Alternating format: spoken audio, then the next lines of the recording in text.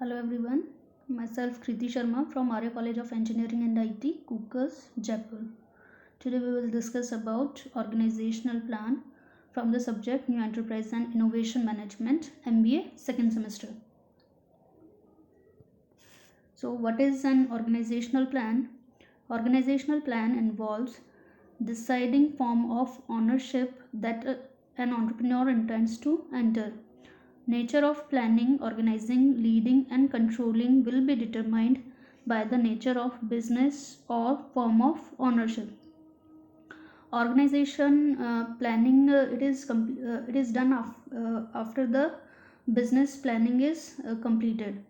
जब आपका business planning process complete हो जाता है उसके बाद में आप ऑर्गेनाइजेशनल प्लानिंग स्टार्ट करते हैं. In this organisational plan it have to be decided the form of ownership. कौन कौन इसमें ऑनर्स होंगे, किस टाइप का ये बिजनेस होगा.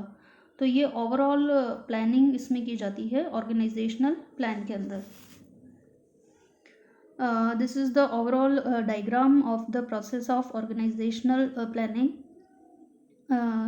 which includes the development management team, the legal form of business, किस टाइप का ये बिजनेस होगा, what kind of tax attributes will contain in the business, designing of the organization, building management team and organization culture, the role of the board of directors and board of advisors. Now the steps in organizational plan. First of all, the developing management team. It refers to set of employees employed in the company who are in charge of managing the activities on the operating part of the organization.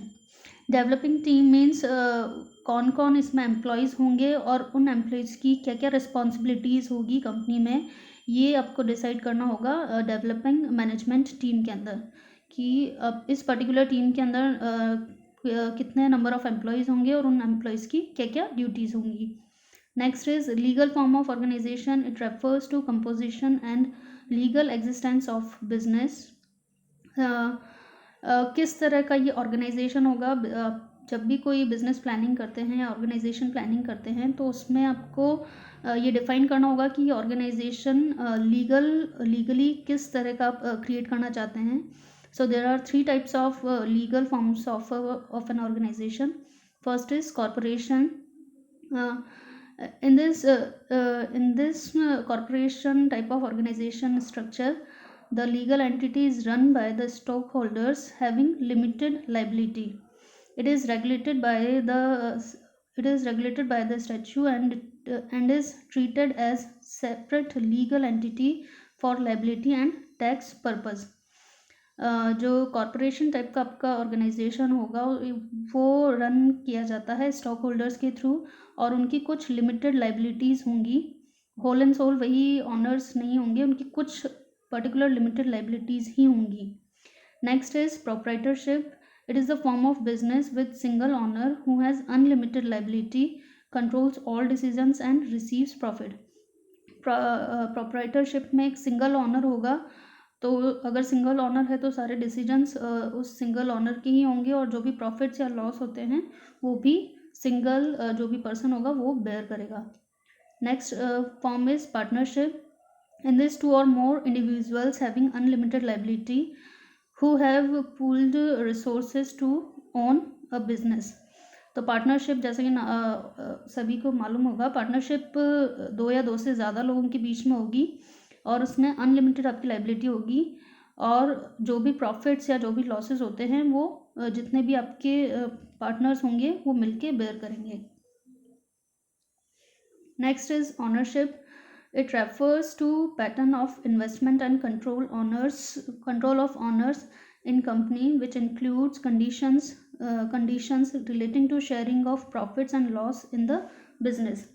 तो जिस type का आपका ownership है, चाहे वो proprietorship का है चाहे वो स्टेक होल्डर्स का है, तो जो आपकी ऑनरशिप है उसके अकॉर्डिंगली आपको प्रॉफिट और लॉस उसमें शेयर करना होगा. Liability of honours. Business covers two aspects. Either member of business will have limited or unlimited liability depending on legal form of business agreed by partners. तो किस type की liability होगी वह depend करेगा आपके as we discussed in the previous slide कि किस type की आपकी ऑनरशिप है, चाहे वो प्रोप्राइटरशिप से रिलेटेड हो, चाहे वो पार्टनरशिप से रिलेटेड हो, या आपकी whole and sole stakeholders के थ्रू हो. So next is cost of starting business. Refers to expenses incurred in starting the business and proportion of contribution from every member of business or sources through which required finance of business will be raised. तो total cost आपका calculate किया जाएगा कि जितने भी members इसमें include हैं business के अंदर, तो उनके क्या क्या उनका क्या क्या कंट्रीब्यूशन रहा है बिजनेस के अंदर, ताकि वो ज़्यादा से ज़्यादा फंड्स जनरेट कर सके. Continuity of business. It refers to question on who will take over business operations in future and what will be members role in coming future. तो इन फ्यूचर जो अगर आपका बिजनेस कंटिन्यू रहता है तो in future उस business को कौन कैरी ऑन करेगा, कौन कौन से वो मेंबर्स होंगे जिनको कि आप अदर रिस्पॉन्सिबिलिटीज़ प्रोवाइड कर सकते हो in future. Next is transferability of interest. Entrepreneur will have two options in relation to transferability of interest. Owner may transfer his interest after assessing credibility of members in business or may sell interest with his own wish. तो आपकी जो भी आपका ownership है या जो भी आपका रोल है वो आप विलिंगली किसी और पर्सन को आप ट्रांसफ़र कर सकते हैं. Capital requirement. It refers to amount of capital required to start up business venture. Sources through which required finance for company will be obtained. What will be contribution of members or the owners toward business. वही आप capital किस तरह से generate कर रहे हैं, individual persons का इसमें क्या कंट्रीब्यूशन है, ताकि ज़्यादा से ज़्यादा फंड रेज कर सकें for your business. Management control. It refers pattern in which control of business will be hand off individual person or members in business. It also comprises of power of members in terms of decision making, guiding business activity in company. तो management control जैसे नाम से ही पता चल रहा है, management control whole and sole कौन बिजनेस के अंदर मेंबर्स होंगे जिनके पास में सारी डिसीजन मेकिंग पावर होंगी, जो कि आपको गाइड करेगा फर्दर एक्टिविटीज़ के लिए बिजनेस की. Next is distribution of profits and loss. Profit and loss का डिस्ट्रीब्यूशन होगा आपका on the basis of your ownership. जो भी आपकी फॉर्म ऑफ ऑनरशिप है, लीगल फॉर्म जो भी है आपकी, तो उसके बेसिस पे ही आप प्रॉफिट एंड लॉस को डिस्ट्रीब्यूट करेंगे. जैसा कि प्रीवियस स्लाइड्स में हमने देखा था, चाहे वो कॉर्पोरेशन टाइप का ऑर्गेनाइजेशन है या प्रोप्राइटरशिप का है या पार्टनरशिप का है. Tax attributes for forms of business. Tax advantages and disadvantages will vary in accordance with the form of business. जो भी टैक्स में आपको एडवांटेजेस या डिसएडवांटेजेस होंगे वो भी आपका डिपेंड करेगा आपके लीगल स्ट्रक्चर के ऊपर, जो भी आपका ऑर्गेनाइजेशन का लीगल स्ट्रक्चर है. Designing the organisation. It comprise of formal and explicit indication to the members of the organisation as to what is expected from them. These expectations are grouped in following areas. तो organisation को आप जब design कर रहे हो तो particular members से क्या क्या एक्सपेक्टेशंस की जा रही हैं, ये डिफरेंट पॉइंट्स हैं जो कि ऑर्गेनाइजेशन को डिज़ाइन करने के लिए क्या क्या चीज़ें आपका या इंडिविजुअल पर्सनस का क्या क्या रोल होना चाहिए उसके बारे में. So first of all, the organization structure refers to task, responsibility and accountability of every member in the business. Her individual person का क्या क्या टास्क होगा, उनकी क्या रिस्पॉन्सिबिलिटीज़ हैं, ये उनको डिफाइन करना होगा. किस तरह की प्लानिंग एंड एवेल्यूएशन प्रोसेस होगा और गोल्स को आपको किस तरह से अचीव करना है बिजनेस में, ये आपको बताना होगा. रिवार्ड्स किस तरह से आपको दिए जाएंगे एम्प्लॉयज़ को. अगर आपकी जॉब प्रोफाइल जो भी आपको असाइन की गई है उसमें आप अप टू द मार्क अगर परफॉर्म करते हैं तो रिवार्ड्स आपको कंपनी किस बेसिस पे देंगी. Selection criteria refers to guidelines for selecting employees in the company. किस तरह से आपको एम्प्लॉयज़ को सेलेक्ट करना है, चाहे वो रिटन टेस्ट के थ्रू हो या इंटरव्यू के थ्रू हो, जो भी प्रोसेस आप जो भी प्रोसेस ऑर्गेनाइजेशन ऑप्ट करना चाहता है। ट्रेनिंग, जो भी एम्प्लॉयज़ को आप हायर करते हैं तो आपके कंपनी के जो भी गोल्स हैं उनको फुलफ़िल करने के लिए कंपनी ट्रेनिंग्स प्रोवाइड करेगी एम्प्लॉयज़ को। So training can boost the employability of the employees. Building the management team. This process involves to see that a strategy of business should be in line with the objective of the company.